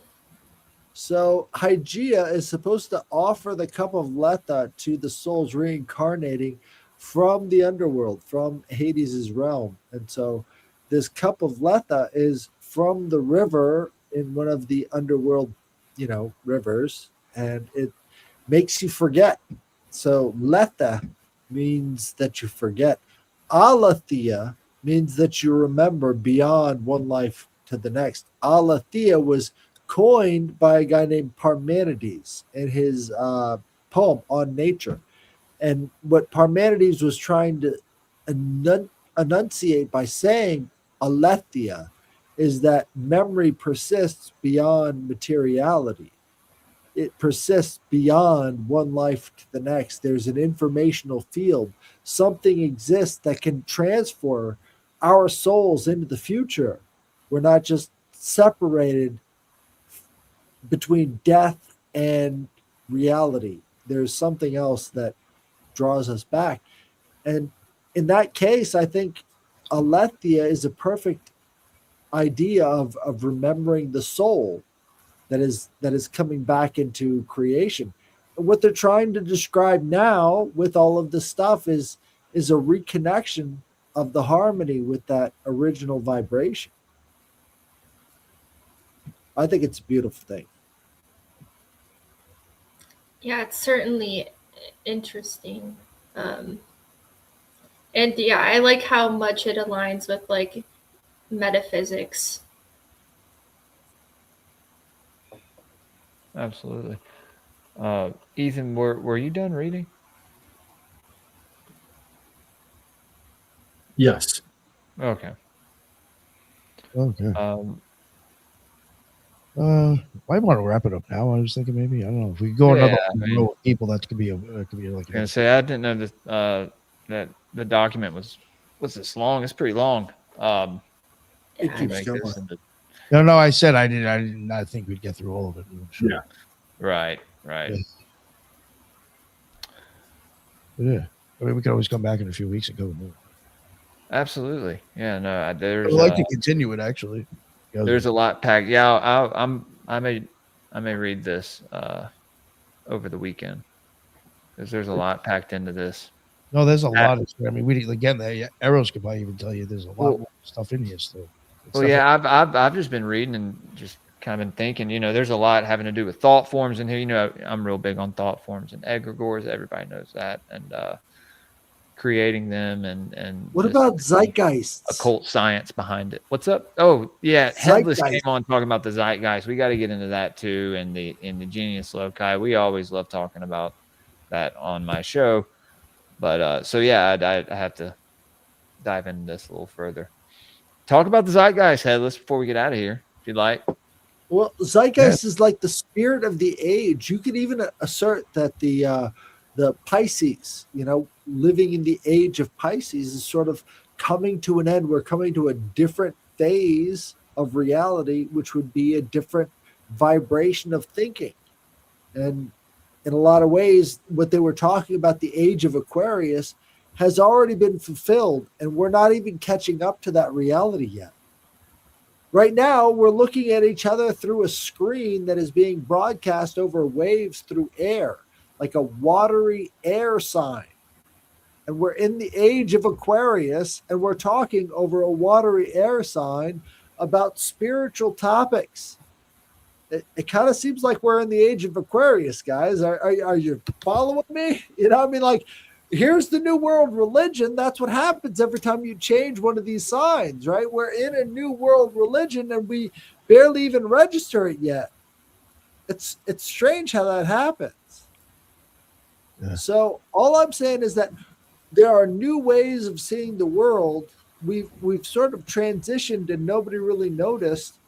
Everybody was looking for a cataclysm, but what if it was just a different way of seeing things? Oh yeah, I think that's really a big word. To tell you the truth of this, I totally agree on that. An awakening of some sort, right? No, I mean there is parts in it. I don't want to start sounding like pro like Thelemic in certain things, but when you even look at the story of Horus, about the way they look at him as being the rebellious child, I see that with my generation, kind of, where we aren't buying the bullshit, and we also don't really kind of like the way our parents fucking dealt with us either. We don't agree with that either.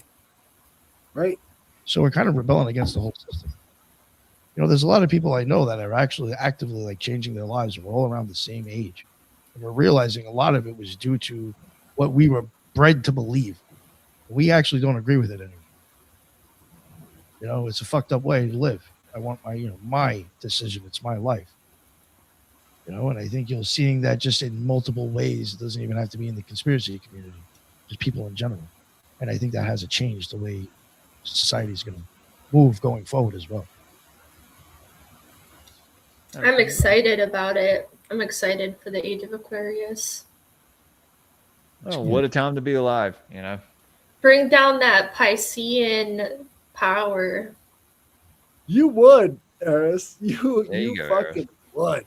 You're gonna bring it down all by herself. Well, look, there's so much self-contradictory stuff that we can already see that is embodied with the sign of Aquarius. Aquarius is the self-contradictory sign. It's crazy how weird Aquarius is. Like, if you look at the different symbolism associated with it, it really especially starts with water in general, Yes. Water is a gas and a liquid, right? There's all these strange attributes to water and liquids in general, but now you're talking about like it's the watery air. The aether. To me, yeah, right. It's the water bearer. Radio waves are the watery air. Those are the waves through the air themselves, right? Mm-hmm. We're living on our cell phones, and all we see is what comes to us through these different layers of watery air. That's a new world religion, right? That's what people used to connect over. Everything was about the community, and they got together over their religion all throughout these different eons, and now we're looking at a new eon that's based off of a similar concept. And Uranus and lightning bolts, which is very watery sky, but it's good because Aquarius doesn't like consolidated power, and it is very pro community and individualism. So it's like both of the best worlds, right? Because you get to be individuals and have community, and it is these utopian ideals. So yeah, I'm looking forward to it. But I think we still have, technically I don't think that it starts until like the actual Earth's tilt isn't fully in Aquarius until like 2150. But we are kind of like where those two constellations are like overlapping a little bit. And so it's kind of Eros, like Eros, you got to look at this historically. This would be the arms race.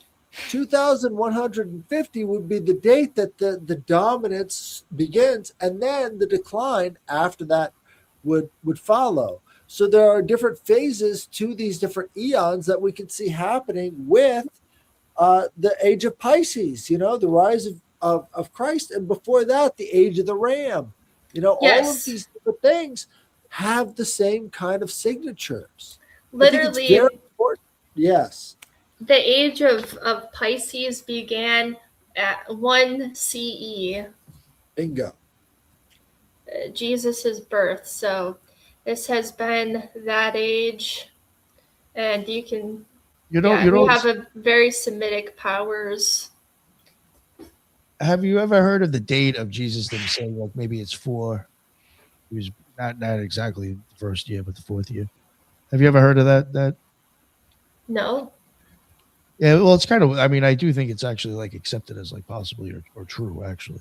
And the weird thing is, I don't know if most people know that if you happen to believe in that actually came from Johannes Kepler.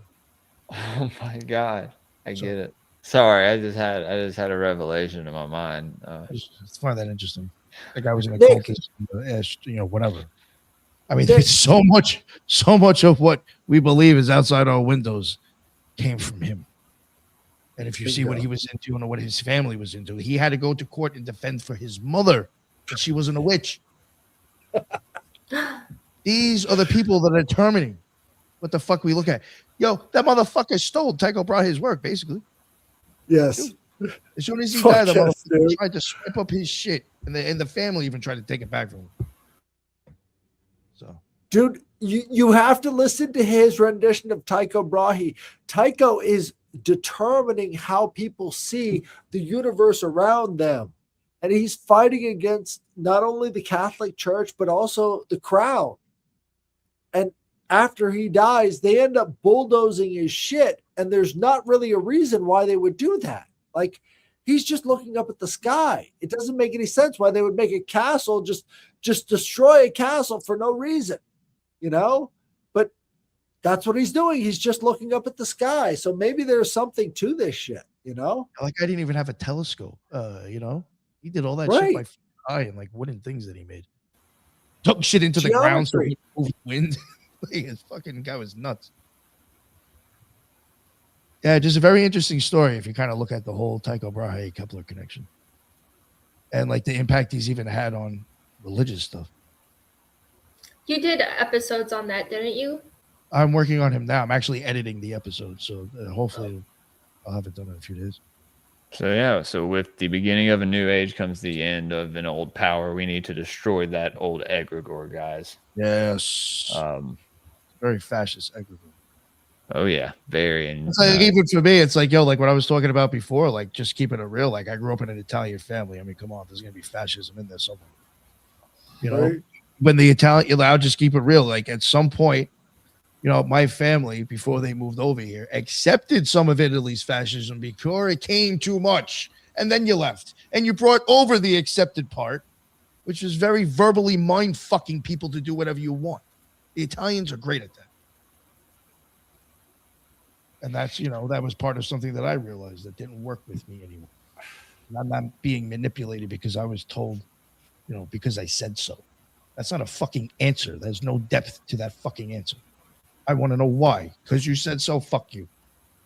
Well, in some ways, I see a lot of what Il Duce was doing was he was actually trying to ask, why should we have to accept everything the rest of Europe wants to put on us?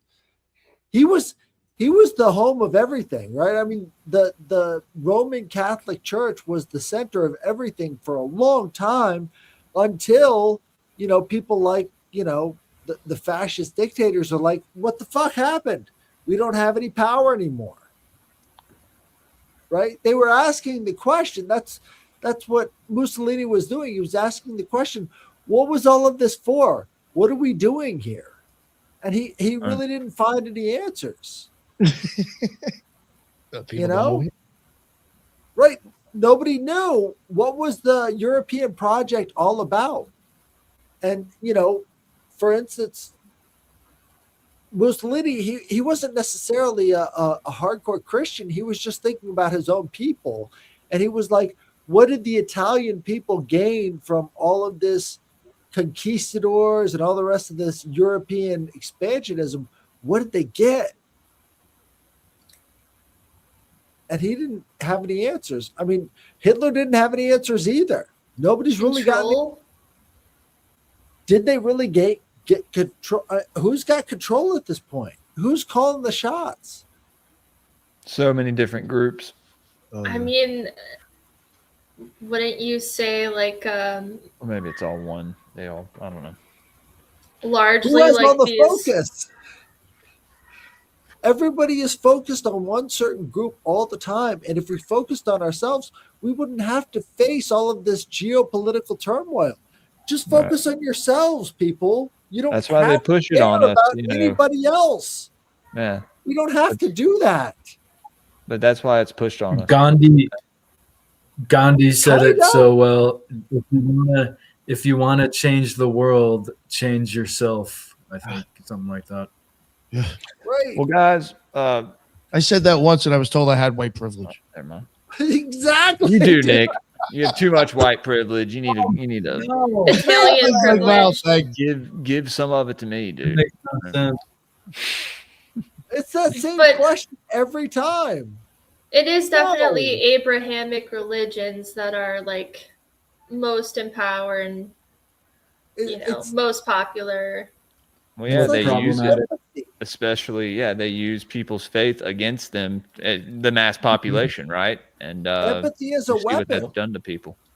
Right. It's empathy is a weapon all the time. Whether you're trying to save somebody else or save yourselves, when you use empathy as a weapon, everything crumbles. It's like the snake eating its own tail.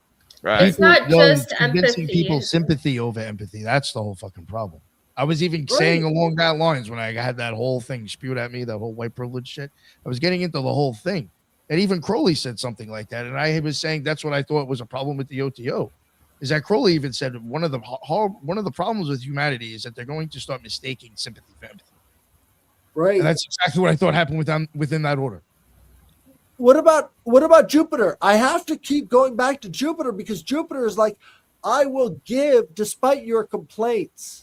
Right? That's what patriarchy is. I will give despite your complaints.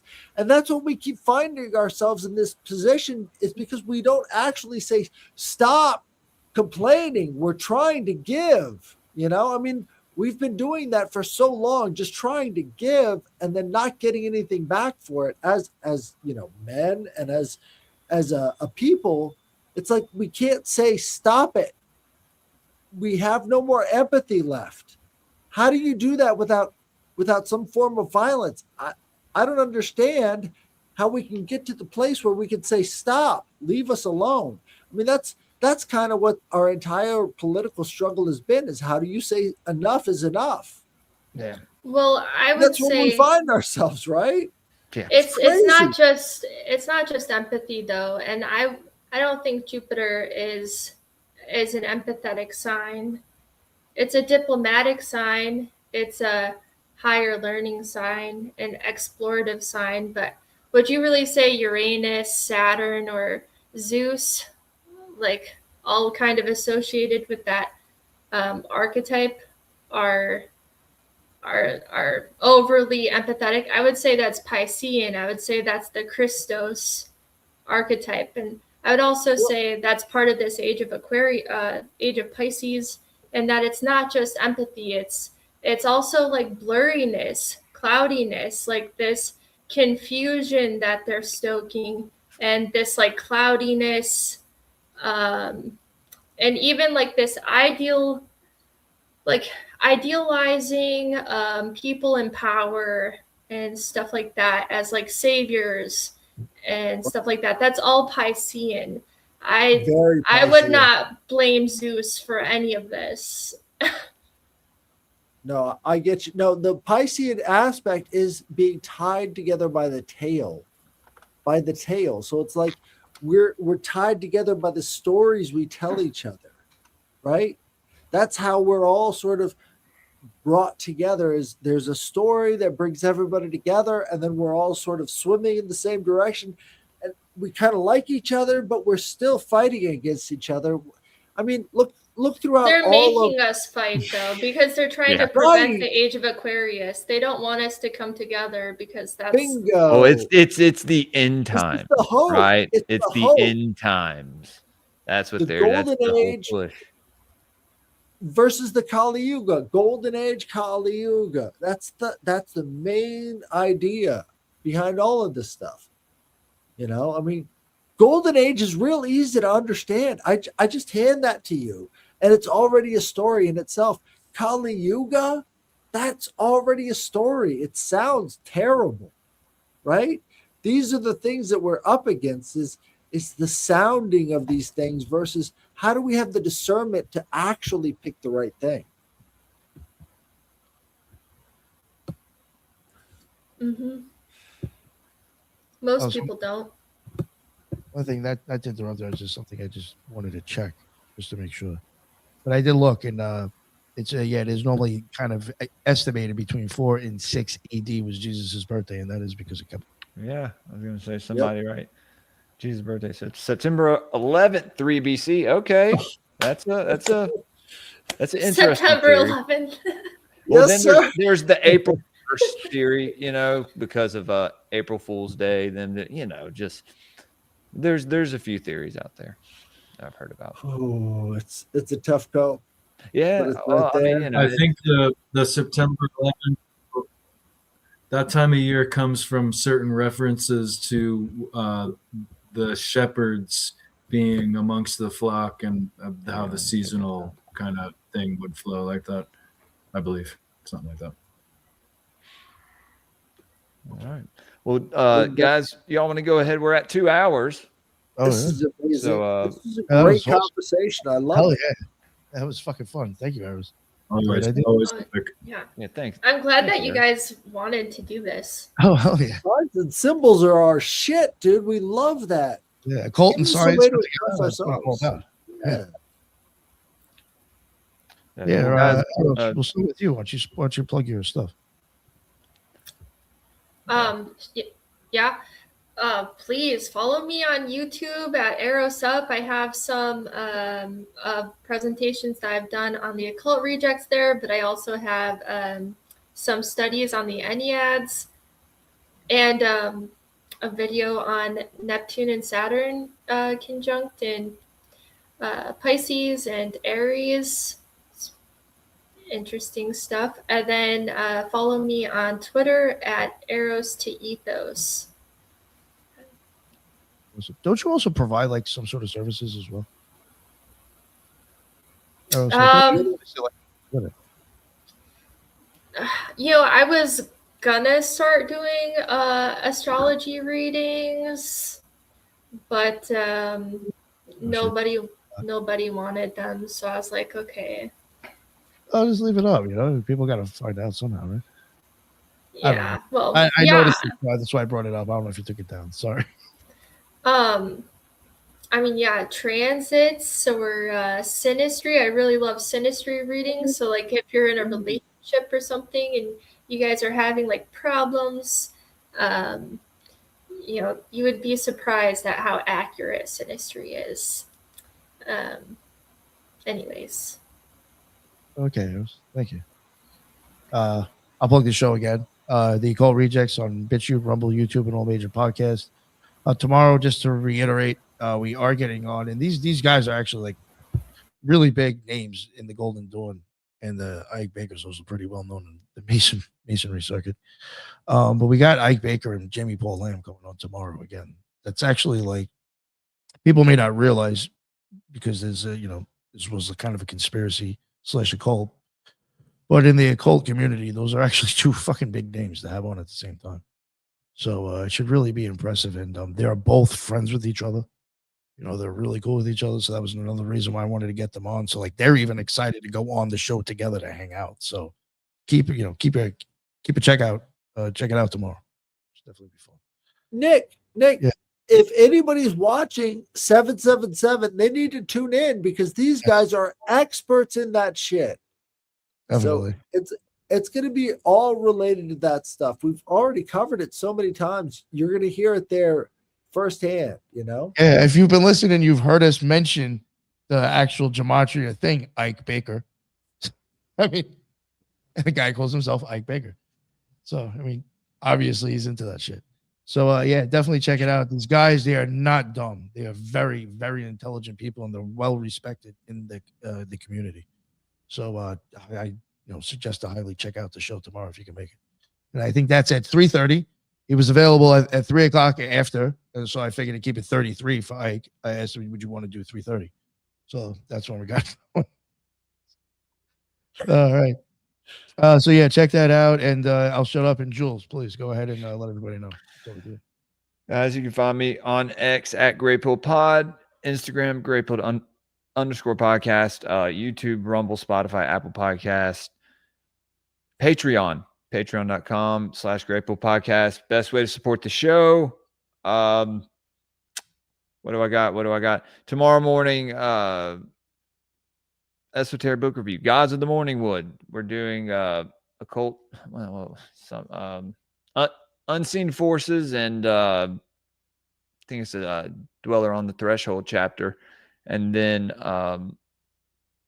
Occult Anatomy of Man, like part 6 of that we've done. And that we could do 6 pages, or we could do like 6 sentences. It could take us 2 hours, an hour and a half, whatever.